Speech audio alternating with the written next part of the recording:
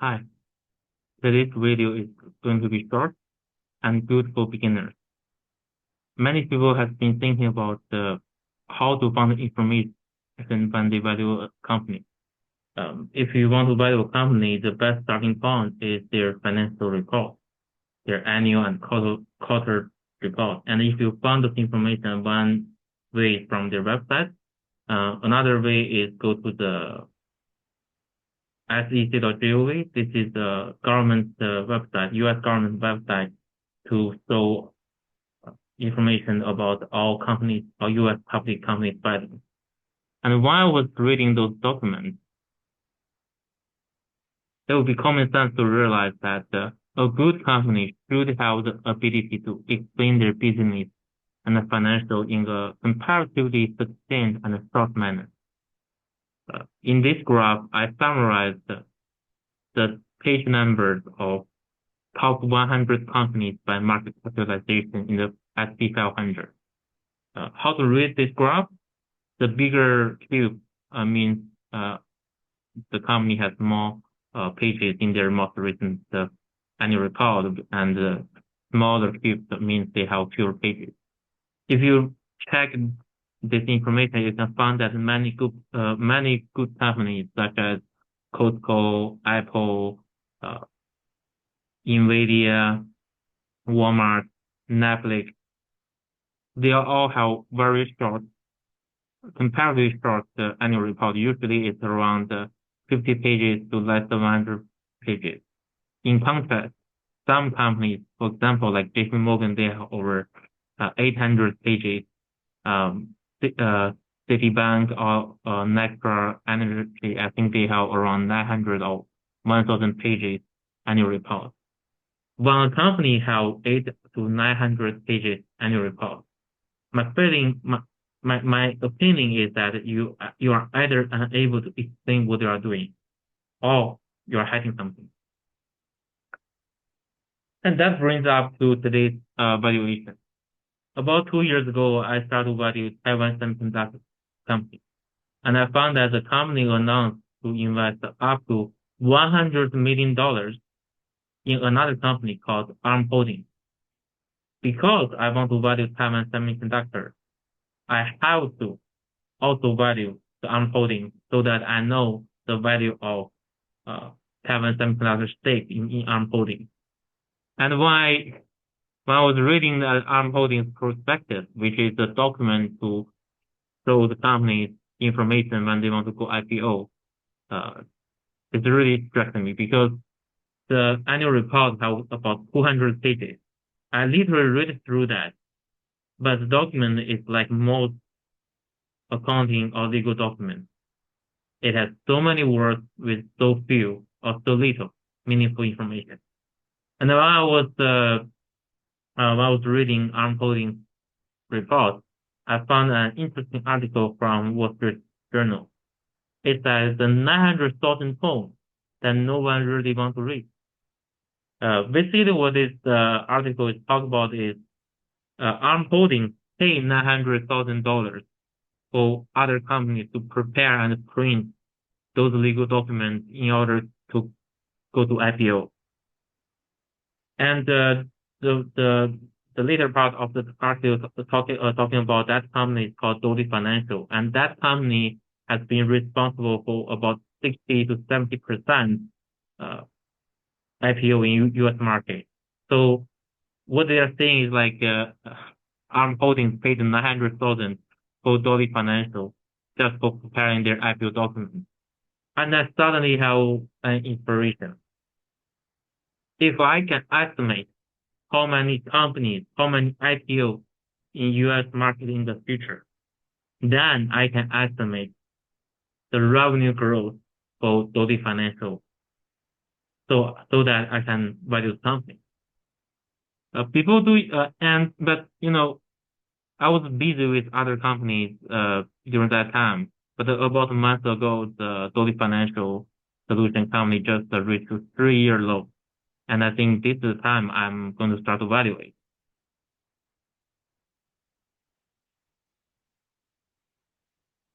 So at the beginning, I first found information analyst estimate for how many US IPO will be in 2025. If you have been reading my previous posts or watch my video, you know that I rather use estimated numbers when I value a stock, because when you use analyst estimate, you are not it's not your valuation, it's others valuation. But I do feel safe in this case to use analyst estimate for future US IPO, because different from revenue growth or future earnings, uh, company the estimate IPO numbers is, I think, comparatively accurate, because companies, they need to go through some legal process, and they also need to tell the market and major investors that they are going to go public. So that's my starting point. And based on the analyst estimate, the 2025 US IPO will decrease about 20% compared to 2024, which is understandable, because right now the economy forecast is not that optimistic, and we are also having trade war and some geopolitical risk. So the negative 20% is my starting point. But before I jump to my evaluation, I will first show you how investment bank traders will price the company.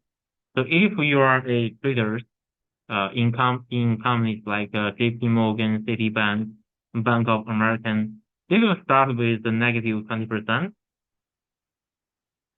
and then they will gradually increase that to 4.79%, which is the industry average for financial services companies.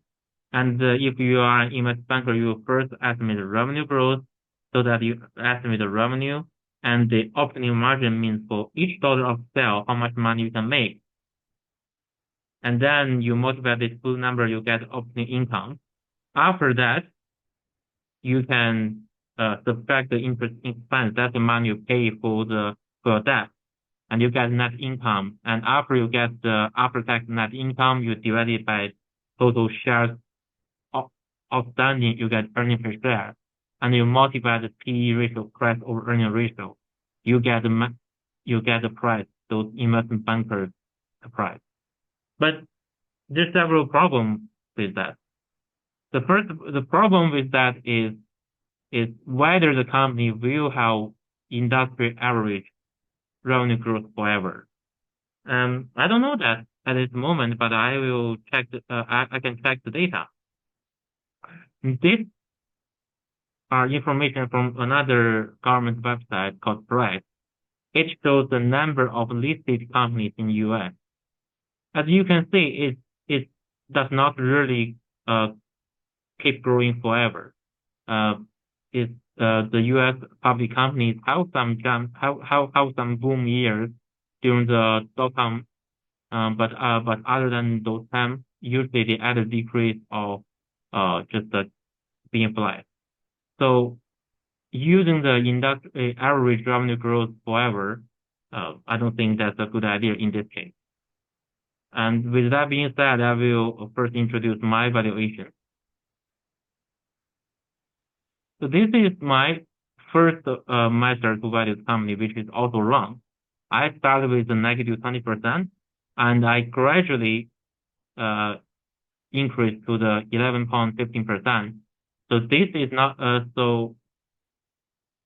this number is historical revenue growth in the past versus this 11.15%. That's the estimated forecast revenue growth for financial services in the future. So I gradually increased the negative 20% to 11.15%, and then I gradually decreased to 4.3%. The 4.3% is 10-year U.S. government bond rate. That is also the estimate estimate overall GDP growth rate if you consider the real GDP and inflation. So what I have implied is, for most of the company, they will have high growth, but as time passes by, they will have either close to close to the overall GDP, overall economic growth, or lower than the overall economic growth. But after doing that, I found that this method is still wrong because this negative 20% is the estimated U.S. IPO growth rate for 2025. But a 1% decrease or increase in U.S. IPO number does not necessarily transfer to 1% increase or decrease in Dolly Financial Solution revenue growth. So how do we deal with that? So I first take a look at the historical data. So this graph summarized by myself shows the relationship between U.S. IPO number growth rate and Dolly Financial revenue growth rate. As you can see, although they tend to move together, which means when the IPO number growth is positive, the Dolly Financial growth rate, revenue growth rate is also positive. But the Dolly Financial revenue growth is much less volatile than the IPO rate, which implies that for example, for a 10% increase in U.S. IPO number, it does not have to transfer to 10% revenue to Dolly Financial solution company. So how to find that? How to quantify that relationship? I want you to recall that in our middle school or primary school, we always learn the linear function y equals to mx plus b.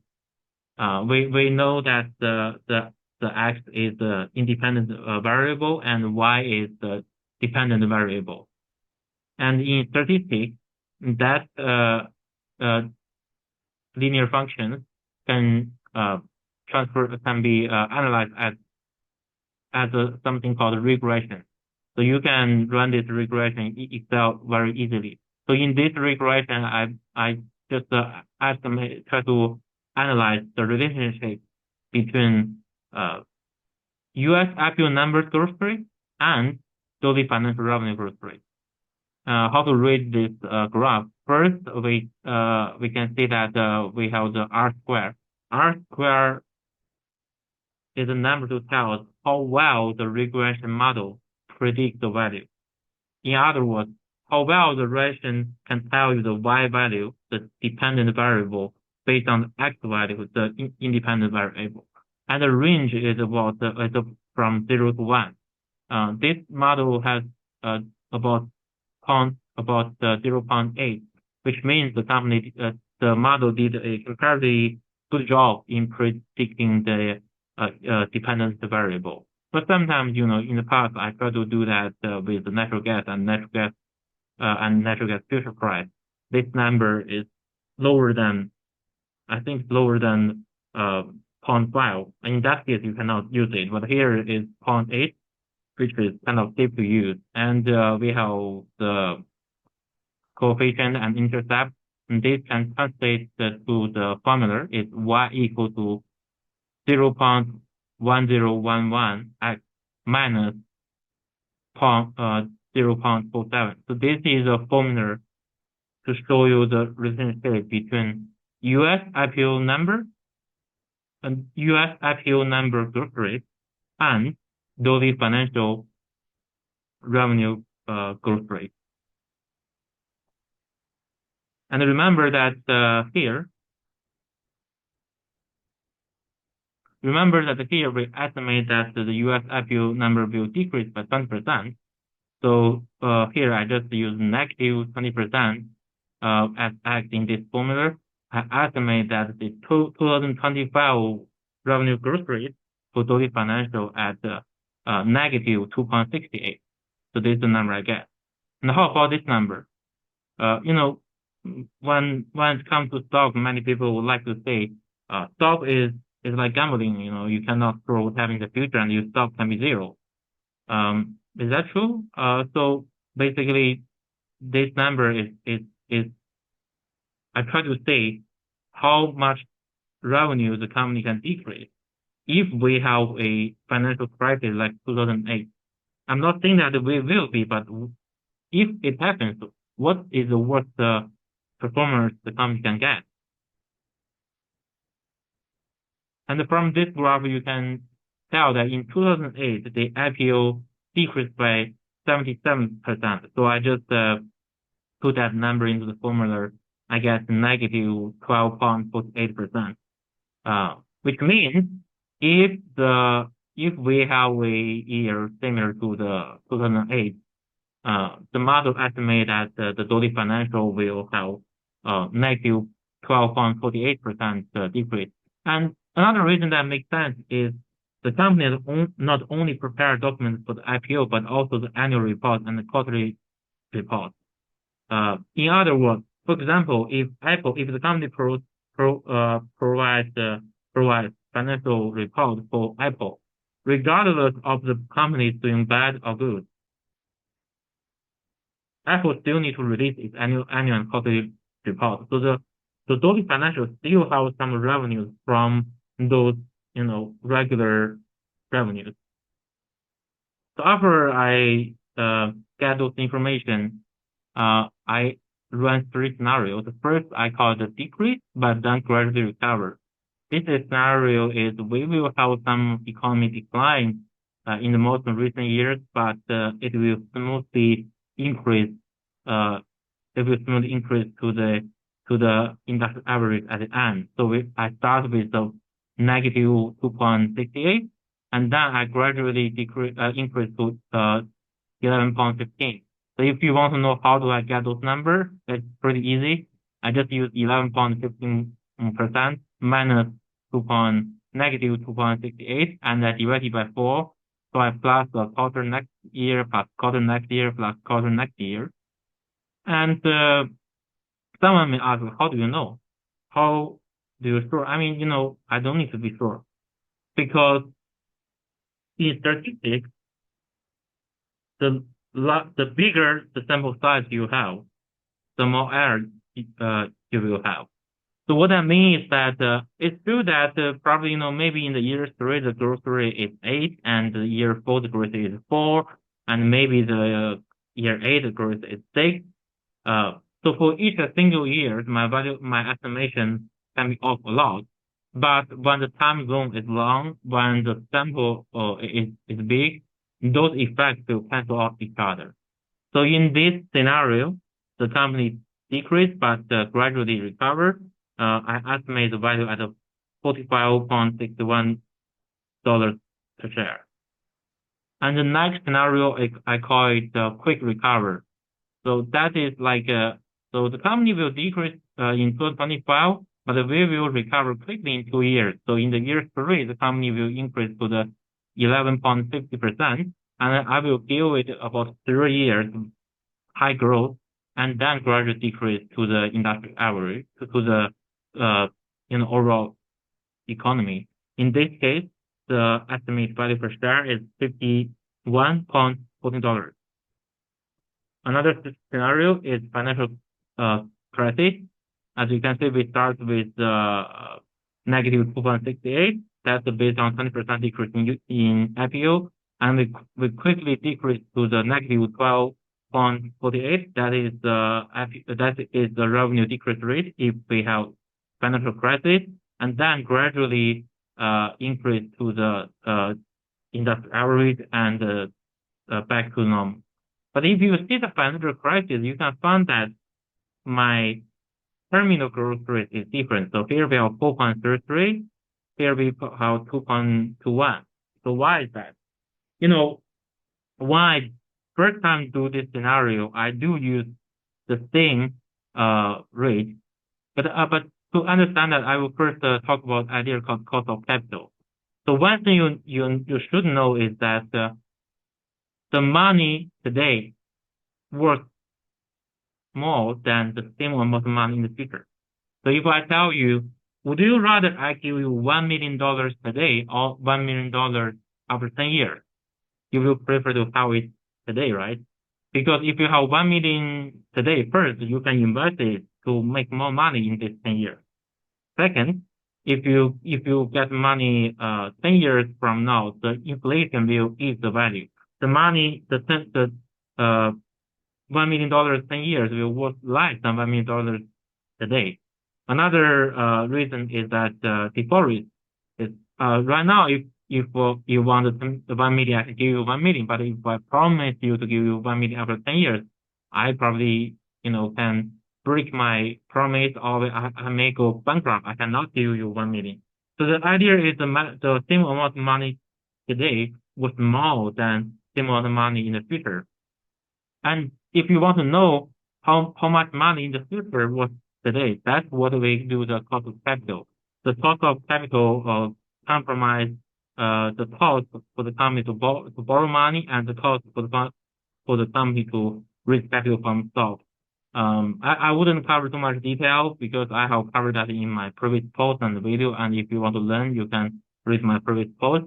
But if you see but when I do the financial crisis, I first use the same cost of capital, same growth rate, and I found that I'm wrong because during the financial crisis, the equity rate will increase.